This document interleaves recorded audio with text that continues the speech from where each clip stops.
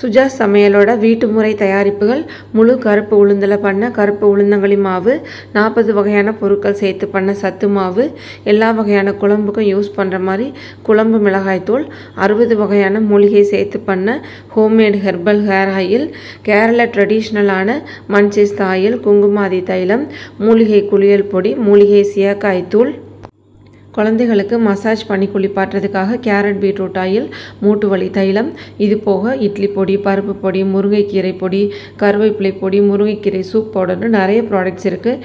இந்த ப்ராடக்ட்ஸ் உங்களுக்கு வேணும்னா ஸ்க்ரீனில் தெரிகிற இந்த நம்பருக்கு WhatsApp. Hello friends, welcome back to my channel. இன்றைக்கி நம்ம வீடியோவில் வந்துட்டு முருங்கைக்கீரை பவுடரை பற்றியும் முருங்கைக்கீரை சூப் பவுடரை பற்றியும் தான் பார்க்க போகிறோம். முருங்கைக்கீரை சூப் பவுடர்லையும் முருங்கைக்கீரை பொடியையும் எப்படி யூஸ் பண்ணுறது, இதனுடைய பெனிஃபிட்ஸ் என்ன அப்படிங்கிறத பற்றி இந்த வீடியோவில் பார்க்கலாம். இங்கே நான் 2 விதமான முருங்கைக்கீரை பொடி வச்சுருக்கேன். இந்த டார்க் க்ரீன் கலரில் இருக்கிறது வந்துட்டு வெறும் பிளைன் முருங்கைக்கீரை இலையை மட்டும் நல்லா நிழலில் காய வச்சுட்டு அதுக்கப்புறம் அதை பவுடர் ஆக்கி நல்லா சலிச்சுட்டு இந்த மாதிரி ரெடி பண்ணி வச்சுருக்கோம். இதை வந்து உங்களுடைய உணவில் நிறைய விதத்தில் நீங்கள் சேர்த்துக்கலாம். அதாவது இட்லி மாவு, தோசை மாவு, சப்பாத்தி, பூரி மாவு, அடை மாவு, இல்லைனா நீங்கள் செய்கிற குழம்புகளில் கொஞ்சமாக சேர்த்துக்கலாம். முருங்கைக்கீரையில் பார்த்தீங்கன்னா எக்கச்சக்கமான ஊட்டச்சத்துக்கள் இருக்குது. நிறைய இரும்பு சத்து, ஆன்டி ஆக்சிடென்ட்ஸ்னு நிறைய இருக்குது. முருங்கைக்கீரையை டெய்லி வாங்கிட்டு வந்து க்ளீன் பண்ணி அதை ஒரு பொரியலாவோ சூப்பாவோ இல்லைனா ஏதாவது ஒரு குழம்புல சேர்த்து இந்த மாதிரி நம்மளால் டெய்லியும் செஞ்சு சாப்பிட்டுட்டே இருக்க முடியாது. ஆனால் இந்த மாதிரி நீங்கள் பொடி வாங்கி வச்சுக்கும்போது உங்களால் ஒரு டீஸ்பூன் அளவுக்கு நீங்கள் இட்லி மாவுலையோ தோசை மாவுலையோ சப்பாத்தி மாவுலையோ ஈஸியாக கலந்து குழந்தைகளுக்கு, பெரியவங்களுக்கு, முக்கியமாக பெண்கள் எல்லாருமே ஈஸியாக சாப்பிட முடியும். கொஞ்சம் லைட் பச்சை கலராக இருக்கிற இந்த பொடி முருங்கைக்கீரை சூப் பவுடர். இதில் 1 டீஸ்பூன் எடுத்து நீங்கள் 1 டம்ளர் சுடுதண்ணி மிக்ஸ் பண்ணி அப்படியே சூப்பாக குடிக்கலாம்.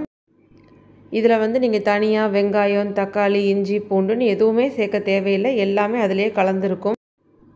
முருங்கைக்கீரை சூப் டெய்லி எடுத்துக்கும் போது அது நம்ம உடம்புல உள்ள தேவையில்லாத நச்சுக்கள் மற்றும் கழிவுகளை வெளியேற்றி நமக்கு வெயிட் லாஸ் சீக்கிரமாக நடக்கிறதுக்கு ஹெல்ப்ஃபுல்லாக இருக்கும். ஆண்கள், பெண்கள்னு எல்லாருமே இந்த முருங்கைக்கீரை சூப்பை எடுத்துக்கலாம். முக்கியமாக பிசிஓடி, பிசிஓஎஸ் இருக்கிற பெண்களுக்கு இந்த ஹார்மோனல் இம்பேலன்ஸை இந்த முருங்கைக்கீரை பொடி சரி பண்ணி கொடுக்கும். அதனால் அவங்க இந்த முருங்கைக்கீரை பொடியாவோ இல்லைனா முருங்கைக்கீரை சூப்பாவோ ரெகுலராக எடுத்துக்கும் போது நல்லா வெயிட் லாஸ் ஆகும். இப்போ இந்த 2 பொடியும் எப்படி பயன்படுத்தலாம் அப்படின்னு பார்க்கலாம். முதல்ல இந்த பிளெயின் முருங்கைக்கீரை பொடியை நாம் தோசை மாவில் எப்படி மிக்ஸ் பண்ணுறது அப்படின்னு பார்க்கலாம். இப்போ நீங்கள் ஒரு நாளைக்கு காலையில் உணவுக்கு ஒரு 3 தோசை சாப்பிடுவீங்க அப்படின்னா உங்களுக்கு 3 தோசைக்கு தேவையான அளவு மாவை தனியாக எடுத்துக்கோங்க. இப்போ நான் இதில் ஒரு 3 கரண்டி அளவுக்கு மாவு எடுத்துக்கிறேன். இந்த 3 கரண்டி மாவோட நீங்கள் ஒருத்தருக்கு ஒரு நாளைக்கு 1 டீஸ்பூன் அளவுக்கு முருங்கைக்கீரை பொடி சேர்த்திங்கனாலே போதும். இந்த 1 டீஸ்பூன் மாவை இந்த தோசை மாவோடு சேர்த்து நல்லா மிக்ஸ் பண்ணிக்கோங்க. நீங்கள் எப்போ தோசை ஊற்ற போகிறீங்களோ அப்போதைக்கு இதை சேர்த்து மிக்ஸ் பண்ணிங்கனாலே போதும்.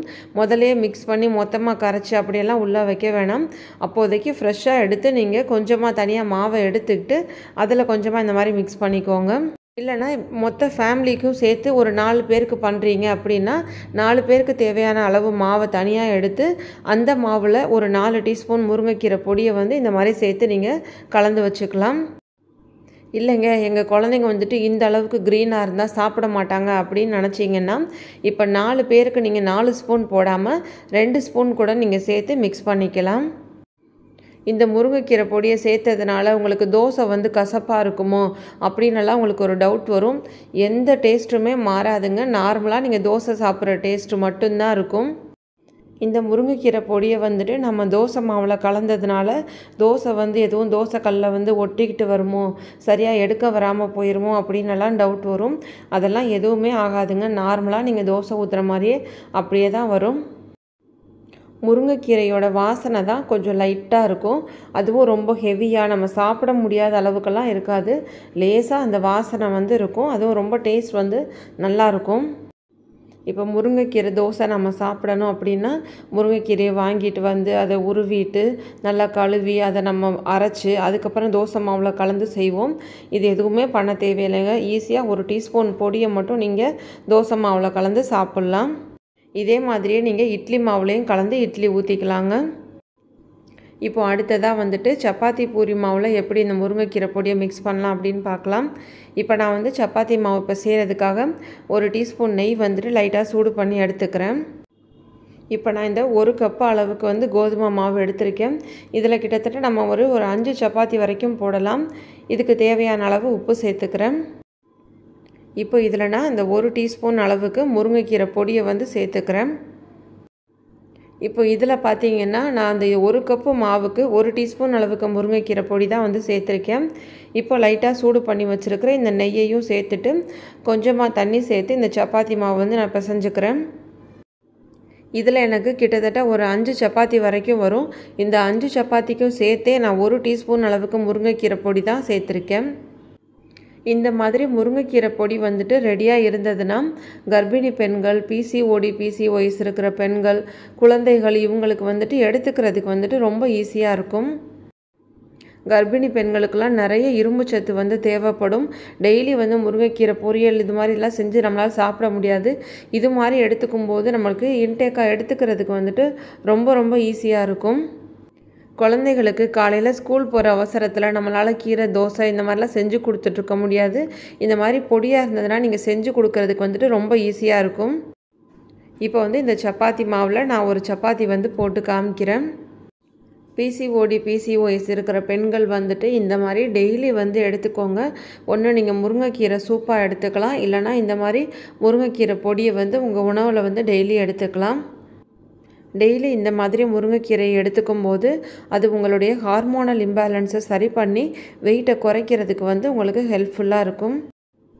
அடுத்து சுகர் இருக்கிறவங்க கூட இந்த மாதிரி முருங்கைக்கீரையை ரெகுலராக எடுத்துக்கும் போது அது அவங்களுடைய ரத்தத்தில் உள்ள சர்க்கரை அளவை கம்மி பண்ணுறதுக்கும் கட்டுப்பாட்டில் வைக்கிறதுக்கும் உதவியாக இருக்கும். சப்பாத்தி மாவில் சேர்த்து செய்யும்போது சப்பாத்தி வந்து ஹார்டாக இருக்குமோ அப்படின்னு நினைக்காதீங்க. சப்பாத்தி வந்து நல்லா சாஃப்டாக எப்பவும் போல தாங்க இருக்கும். இப்போ அடுத்ததாக இதே மாவுலேயே கொஞ்சம் பூரியும் போட்டு காமிச்சிடுறேன். ஒரே ஒரு விஷயம் மட்டும் நோட் பண்ணிக்கோங்க. நீங்கள் சப்பாத்தி மாவோ, இட்லி தோசை மாவோ எதில் நீங்கள் முருங்கைக்கீரை பொடியை கலந்தாலும் அன்னைக்கே அந்த மாவை வந்துட்டு முடிஞ்ச வரைக்கும் காலி பண்ணிடுங்க. ஃப்ரிட்ஜில் வச்சு 2 நாள் 3 நாளைக்கு யூஸ் பண்ணுற மாதிரி பண்ண வேணாம். அப்போதைக்கு உங்களுக்கு எவ்வளோ மாவுக்கு தேவைப்படுமோ அந்தளவுக்கு மட்டும் மிக்ஸ் பண்ணிவிட்டு அப்போவே நீங்கள் ஃப்ரெஷ்ஷாக வந்து சாப்பிட்டு முடிச்சிருங்க. இந்த மாதிரி தான் இந்த ப்ளைன் முருங்கைக்கீரை பொடியை வந்து நீங்கள் யூஸ் பண்ணணும். இந்த ப்ளைன் முருங்கைக்கீரை பொடியை பயன்படுத்தி நான் இதில் இட்லியும் அடையும் மட்டும்தான் செஞ்சு காமிக்கல, மற்றது எல்லாமே செஞ்சு காமிச்சிட்டேன். ஒருத்தங்க ஒரு நாளைக்கே 1 டீஸ்பூன் அளவுக்கு முருங்கைக்கீரை பொடி சேர்த்தாலே போதும். அதை நீங்கள் உங்களுக்கு விருப்பப்பட்ட உணவுகளை நீங்கள் சேர்த்து சாப்பிட்லாம். குழம்புல கூட சேர்க்கலாங்க. ஆனால் ரொம்ப டேஸ்ட்டு மாறாத அளவுக்கு கொஞ்சமாக 1/4 டீஸ்பூனோ 1/2 டீஸ்பூனோ நீங்கள் சேர்த்துக்கோங்க. அடுத்ததாக இப்போ வந்துட்டு நான் முருங்கைக்கீரை சூப் வந்து செஞ்சு காமிக்கிறேன். இதுக்காக ஒரு பாத்திரத்தில் வந்துட்டு ஒரு 200 ml அளவுக்கு தண்ணி வந்துட்டு சூடு பண்ணி எடுத்துக்கிறேன். தண்ணி வந்துட்டு நல்லா கொதிக்கிற அளவுக்கு நல்லா சூடு பண்ணிக்கோங்க. இப்போது தண்ணி நல்லா சூடாயிருச்சு. இப்போ நம்ம ஸ்டவ் ஆஃப் பண்ணிவிட்டு எடுத்துக்கலாம். இது வந்துட்டு முருங்கைக்கீரை சூப் பவுடருங்க. இதில் வந்துட்டு வெங்காய பொடி, தக்காளி பொடி, இஞ்சி பூண்டு பொடி, சீரகம், மிளகு பொடி, அதுக்கப்புறம் ப்ளைனான முருங்கைக்கீரை பொடி, இது எல்லாமே கலந்து தான் வச்சுருக்கோம். 1 டம்ளர் அளவு தண்ணிக்கு வந்துட்டு 1 டீஸ்பூன் அளவுக்கு முருங்கைக்கீரை பொடி வந்து சேர்த்து மிக்ஸ் பண்ணிக்கோங்க. அவ்வளோதாங்க. நீங்கள் வேறு எதுவுமே சேர்க்க தேவையில்லை. 1 டம்ளர் கொதிக்க வச்ச தண்ணியோட 1 டீஸ்பூன் முருங்கைக்கீரை சூப் பவுடரை வந்துட்டு சேர்த்து நல்லா மிக்ஸ் பண்ணி விட்டுட்டு அப்படியே குடிக்க வேண்டியது தான். நீங்கள் வெயிட் லாஸ் பண்ணணும் அப்படின்னு நினச்சிங்கன்னா உங்களுக்கு இது ரொம்ப யூஸ்ஃபுல்லாக இருக்கும். முருங்கைக்கீரை சூப் வந்து டெய்லி எடுத்துக்கும் போது மலச்சிக்கலே இருக்காது.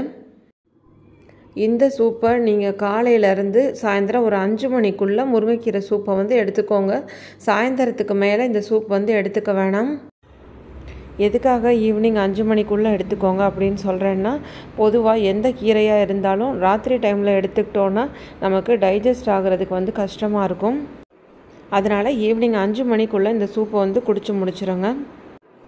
அவ்வளோதாங்க. இந்த மெத்தடில் தான் நீங்கள் முருங்கைக்கீரை பொடியையும் முருங்கைக்கீரை சூப் பவுடரையும் பயன்படுத்தணும். இந்த வீடியோ உங்களுக்கு யூஸ்ஃபுல்லாக இருக்கும்னு நினைக்கிறேன். இந்த வீடியோ பிடிச்சிருந்தா மறக்காமல் ஒரு லைக் கொடுத்து சப்போர்ட் பண்ணுங்கள். வேறு எதுவும் டவுட் இருந்தாலும் நீங்கள் கமெண்ட்டில் கேளுங்கள், நான் ரிப்ளை பண்ணுறேன். தேங்க்யூ.